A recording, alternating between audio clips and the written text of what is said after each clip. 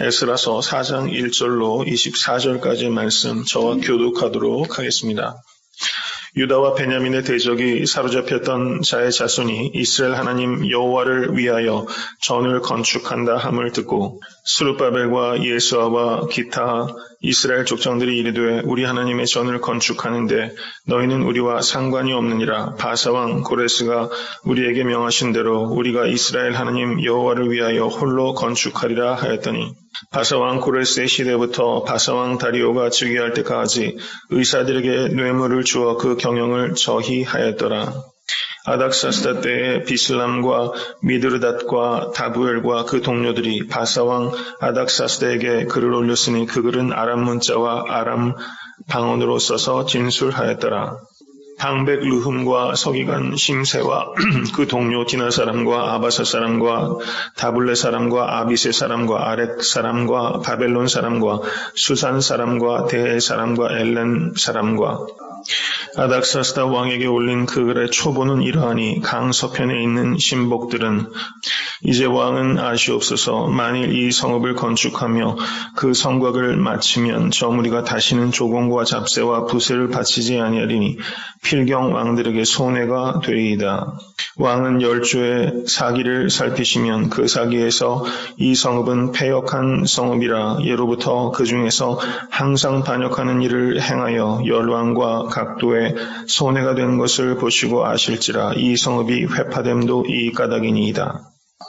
왕이 방백 르흠과 서기관 심세와 사마리아에 거한 저희 동료와 강서편 다른 땅 백성에게 조서를 내리니 일러스되 너희는 평안할지어다. 명하여 살펴보니 과연 이 성읍이 예로부터 열왕을 거역하며 그 중에서 항상 패역하고 모반한 일을 행하였으며 이제 너희는 명을 전하여 그 사람들로 역사를 그치게 하여 그 성을 건축치 못하게 하고 내가 다시 조서 내리기를 기다리라. 아닥사스다 왕이 조서 초본이 르흠과 서기관 심세와 그 동료 앞에서 낭독되매 저희가 예루살렘으로 급히 가서 유다 사람들을 보고 권력으로 억제하여 그 역사를 그치게 하니. 아멘. 네, 오늘 본문 말씀을 통해서 우리에게 성경이 가르쳐주는 것은 성전을 재건하고 그 성벽을 재건하는 데 있어서 원수들의 공격이 얼마나 집요한가 하는 것을 오늘 본문 말씀을 통해서 우리에게 가르쳐주고 있습니다. 매우 주의 깊게 본문 말씀을 읽으시면 조금 이 이야기가 이해하기가 조금 어렵다는 것을 좀 느끼실 거예요. 무슨 말씀인고 하니 오늘 본문 말씀은 역사적인 순서에 따라서 기록된 것이 아니라 이렇게 시간적으로 큰 차이가 있는 사건들이 이렇게 혼동되게 혼재돼서 기록되고 있어요. 이게 무슨 말씀인고 하니 특별히 그 4장 1절에서 5절까지의 말씀 여기를 보시면 사마리아인들이 성전을 재건하는 것을 방해하는 내용이 기록되어 있습니다. 그리고 중간에 6절부터 23절까지의 내용이 지금 많은 방백들이 6절 말씀을 한번 보십시오. 6절에 나오는 왕의 이름은 뭡니까? 아하수에로 왕이 기록되어 있어요. 아하수에로 왕. 이 아하수에로 왕이 누구냐면 다리오 왕에 이어서 이 바사의 왕이 된 사람입니다. 이 아하수에로 왕이 그 다른 이름이 크세르라고 불리던 이 왕이에요. 그런데 이 아하수에로 왕의 재위 기간이 486년에서부터 465년까지 통치했습니다. 그리고 7절 말씀을 보십시오. 7절에는 또 다른 왕이 나옵니다. 누굽니까? 아닥사스다 왕이 기록되어 있어요. 그런데 이 아닥사스다 왕이 재위 기간이 언제인고 하니 이 아닥사스다는 그 아하수에로에 이어서 왕이 된 사람입니다. 465년부터 425년까지 통치한 왕이에요. 그러면 다리오 왕에 이어서 아하수에로, 아닥사스다 이렇게 재위 기간이 이어지는데 5장 24절을 보십시오. 이에 예루살렘에서 하나님의 전 역사가 그쳐서 바사왕 다리오 제2년까지 이르니라 이렇게 말하고 있다는 얘기입니다. 그러니까 지금 4장 6절에서부터 23절까지의 얘기는 여러분 영화를 보시면 영화를 보다가 회상씬이 있죠. 그거를 그 플래시백 한다고 합니다. 10년 전, 20년, 30년 전의 이야기들을 영화 줄거리 중간에 회상씬들이 끼어들어가요. 근데 여기에서 4장 6절에서부터 23절은 회상씬이 아니라 미래에 있을 일들을 미리 앞당겨서 말하자면 flash forward 하는 겁니다. 그래서 미래에 있을 사건을 앞당겨서 여기에 삽입해서 기록하고 있는 것이 4장 6절부터 23절까지의 내용이라는 겁니다. 그래서 사마리아인들의 방해를 통해서 성전 건축이 중단돼서 16년 동안 중단이 되게 됩니다. 그 사건을 지금 여기에 기록하고 있는데 그 사건 중간에 여기 보십시오. 13절 말씀 보십시오. 그 조서의 내용을 보면 이제 왕은 아시옵소서 만일 이 성읍을 건축하며 여기에 성전이라고 말하지 않고 성읍이라고 말하고 있죠. 예루살렘 성벽을 건축할 때 또다시 반대가 있게 됩니다. 그것을 건축하면 세금을 이전과 같이 내지 않고 반역하고 이스라엘 역사를 한번 보십시오. 반역의 역사 아닙니까? 제국의 큰 소녀가 될 것입니다 말하면서 성벽을 재건하는 일에 방해하는 일들이 후대에 있을 일들을 지금 여기에 앞당겨서 여기에 기록하고 있다는 겁니다. 무슨 말씀인지 이해가 되시죠? 그래서 지금 여기에서 미래에 있을 방해를 여기에다가 이 에스라 기자가 이 성전을 건축하는 일들과 성벽을 건축하는 일들을 방해하는 일련의 방해들을 일목에 묶어가지고 여기에 같이 기록하면서 에스라 기자가 우리에게 가리키고자 하는 바는 하나님의 역사는 반드시 방해가 있다. 성전을 건축할 때도 방해가 있고 성벽을 건축할 때도 방해가 있고 교회를 건축할 때도 방해가 있고 하나님의 나라를 확장하는 일에도 거룩한 일에는 반드시 더러운 사탄의 방해가 지속적이고 집요하게 있는 것이다. 이것을 우리에게 말씀하고 있는 사실입니다. 영적 전쟁이 지속적으로 일어나고 있다는 것을 성경 기자는 우리에게 분명하게 말씀해 주고 있다는 사실입니다. 원수들의 방해가 일회적이지 않다는 거예요. 성도님들의 삶 가운데서도 이 원수 사탄 마귀의 공격이 일회적이고 인생의 어느 한 시점에만 있는 것이 아니라 중생한 이후로 우리가 하나님의 부르심을 받을 때까지 쉼 없이 원수들의 공격이 있고 심지어 잠자리에 들어서조차 잠자는 시간에도 원수들은 우리들을 노릴 수 있다는 것을 우리가 기억하면서 영적으로 늘 깨어 있어야 한다는 것을 오늘 본문 말씀을 통해서 우리에게 다시 한번 깨닫게 되는 것입니다. 선줄로 생각할 때 넘어지게 되는 것입니다. 늘 깨어서 사도 바울은 자신을 쳐서 복종시킨다 이렇게 말하고 있지 않습니까? 늘 깨어서 자신을 쳐서 복종시키는데 성공하시는 여러 귀한 성도님 되실 수 있게 간절히 바랍니다. 여기에서 이제 4장 1절에서 5절까지를 보시면 이제 유다와 베냐민의 대적이라고 말하고 있어요.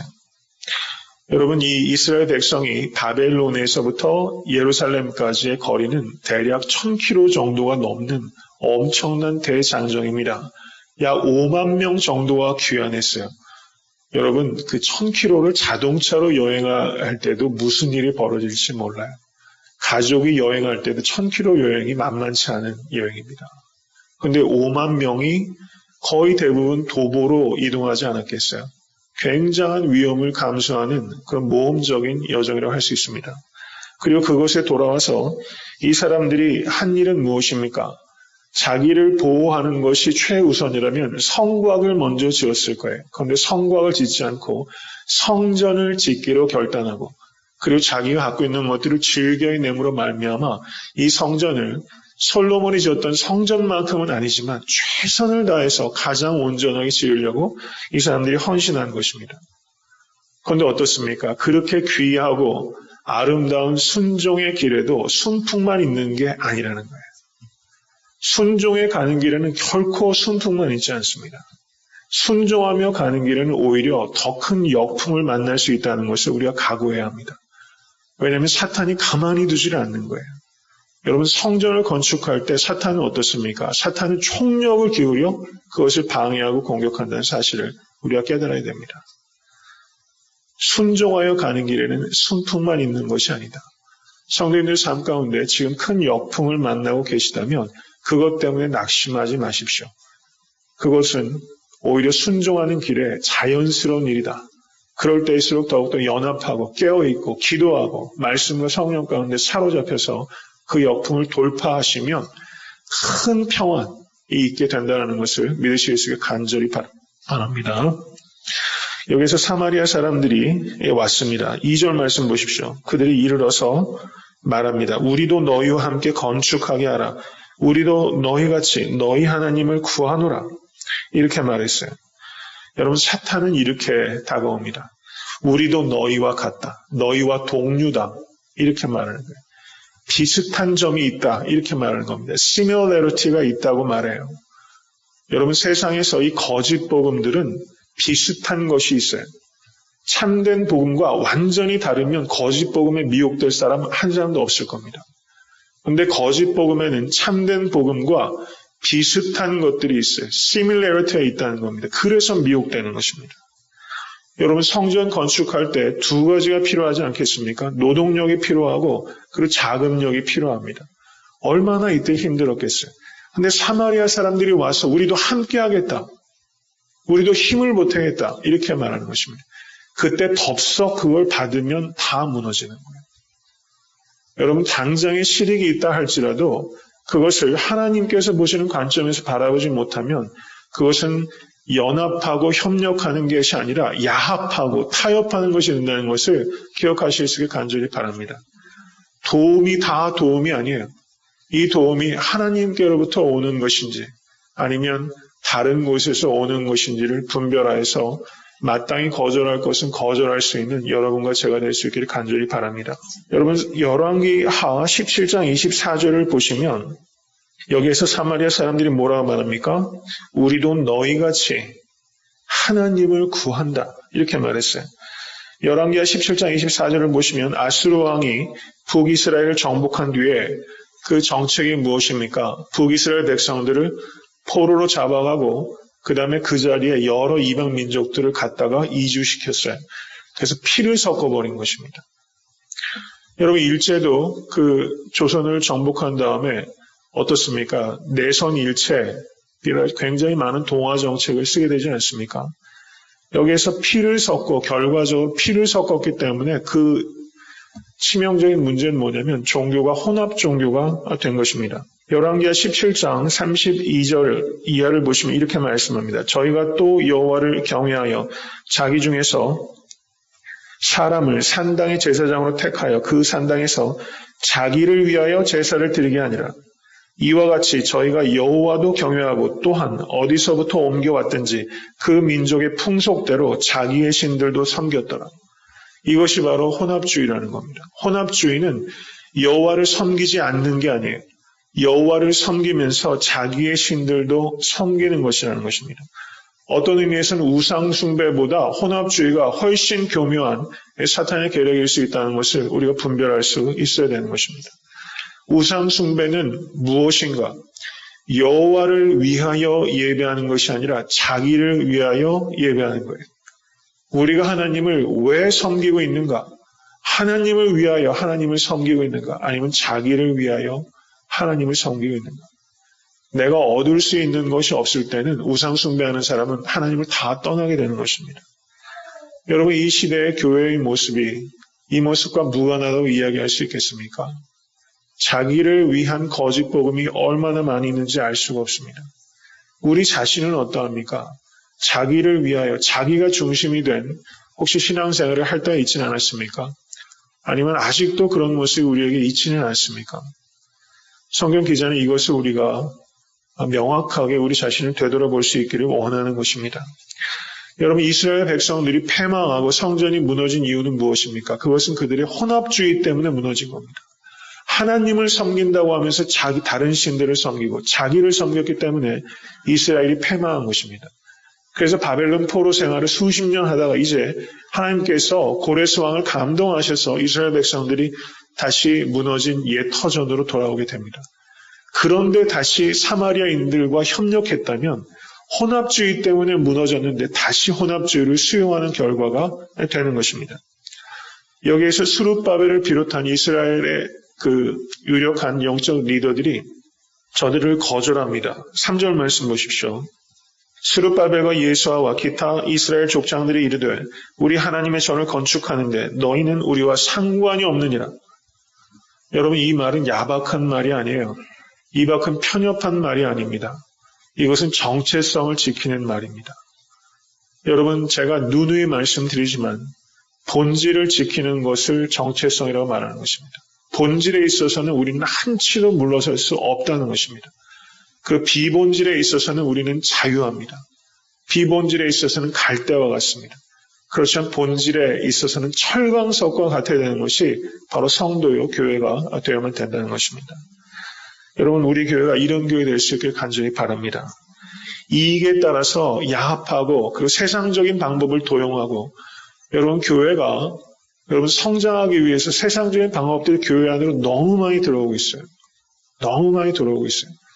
여러분, 세상 것들에 있어서도 우리가 잘 분별하여 어떤 부분들은 좀 응용해야 될 부분들이 있고 배워야 될 것들도 있을 것입니다. 그것을 말하는 것이 아니라 잘못된 방식들이 교회에만 들어와가지고 성장 제일주의, 이것이 한국 경제의 문제이고 또 한국 교회의 문제 아닙니까? 그 폐해를 지금 우리는 아주 심각하게 직면하고 있는 것입니다. 성에서 에탄한테 섬기는 교회가 여러분 정말 예수님 만나면 변합니까? 변하지 않습니까? 변화받게 됩니다. 빨리 변화받는 사람도 있고 더디게 변화받는 사람도 있어요. 그렇지만 예수님 만나면 반드시 변합니다.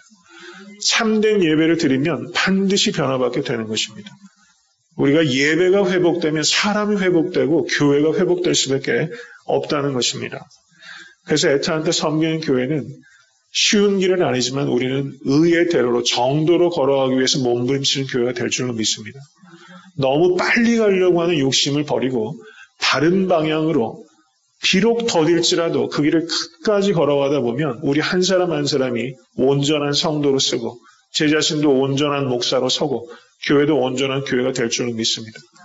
그러면 교회의 크기와 교회의 재정과 교회의 숫자와 상관없이 애틀란타에서 작지만 가장 강력한 교회, 작지만 강력한 교회. 여러분 120문도의 이름 없는 사람을 통해서 전 세계 역사가 뒤집히지 않습니까? 여러분 부흥은 하나님께서 주셔야 부흥이 이루어집니다. 우리는 부흥을 구하고 기다리고 우리를 씻어내는 것입니다.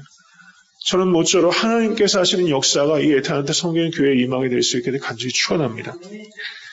여러분 이런 고집이 있어야 돼요. 우리는 너희와 상관이 없다. 너희와 상관이 없다. 그래서 그 결과가 무엇입니까? 16년 동안 성전 건축이 중단됐어요. 16년을 견딜 수 있어야 된다고 저는 믿습니다. 하나님의 방법대로 하기 위해서 16년 동안 성전 건축이 중단되는 어려움이 겪죠. 그리고 그 사이에 성전 건축에 동참했던 많은 사람들이 이탈했을 겁니다. 여러분 16년이 짧은 세월입니까? 여러분 교회를 건축해 보신 분들도 계실 거예요. 16년 동안 공사가 중단되면 그 낙심과 분열은 이루 말할 수가 없을 거예요. 이건 지옥 같은 시간일 겁니다. 그러면서 자기 자신을 되돌아볼 수 있는 기회를 얻었을 거예요. 이 성전을 건축하려고 처음에 뜨거운 마음으로 갔는데 마음이 식어서 떠난 사람도 있고 여러분 그 마음을 끝까지 붙잡고 기도하는 사람도 있었을 거예요. 천차만별의 사람들이 자기 마음이 다 드러났을 것입니다. 여러분 이런 과정을 통해서 하나님께서는 우리 자신을 되돌아보게 하는 것입니다. 반드시 이런 일이 있어요. 가나안 땅에 들어갈 때도 이스라엘 백성들이 40년 동안 광야에서 그 시간들을 겪지 않습니까? 하나님께서 낮추시는 것입니다. 그 마음을 보게끔 하시는 것입니다. 이것을 우리가 살펴볼 수 있게 간절히 바랍니다. 여러분 세상이 변하고 사람들이 요동할지라도 이 자리에 계신 여러 성도님들 결코 요동하지 않으실 수 있기를 간절히 바라고 표대를 향하여 부단하게 정진하시고 성도님들의 삶이 정말 하나님의 전을 건축하는 일과 같이 정말 의미 있고 고귀한 일에 쓰임받는 복된 인생 되실 수 있게 간절히 바랍니다. 한 가지만 더 말씀을 드리고 오늘 설교를 마치고자 합니다. 여기 4장 4절과 5절 말씀 보십시오. 제가 읽겠습니다. 이로부터 그 땅 백성이 유다 백성의 손을 약하게 하여 그 건축을 방해하되 바사왕 고레스의 시대부터 바사왕 다리오가 즉위할 때까지 의사들에게 뇌물을 주어 그 경영을 저해하였다. 영어 번역을 보시면 이 사마리아 사람들이 이 세 가지를 했어요. discourage 시킵니다. 낙심시켜요. 그 다음에 frighten 했다고 영어 번역은 번역하고 있어요. 두렵게 합니다. 사탄은 항상 discourage하고 한편으로는 두렵게 해요. 사탄의 이중의 정책은 미혹하는 것과 협박하는 것입니다. 심지어 뇌물까지 써요. 아주 정말 다방면으로 이 사람들 사탄의 공격이 들어오고 있다는 거예요. 이 사마리아 사람들이 벌였던 이 모든 방해 정책은 사탄의 방해 정책을 그대로 대변하고 있다는 것입니다. 요한복음 16장 33절에 이렇게 말씀합니다. 세상에서는 너희가 환난을 당하나 담대하라. 내가 세상을 이겼노라. 믿으십니까? 사탄은 강력합니다. 그렇지만 우리 하나님은 더 강력하십니다. 그분의 손에 사로잡혀서 성도님들의 삶 가운데 큰 승리가 있고 되탄데 섬기는 교회가 이 마지막 때에 하나님의 이름을 위해서 크게 승리하는 교회가 될 수 있게 간절히 바랍니다.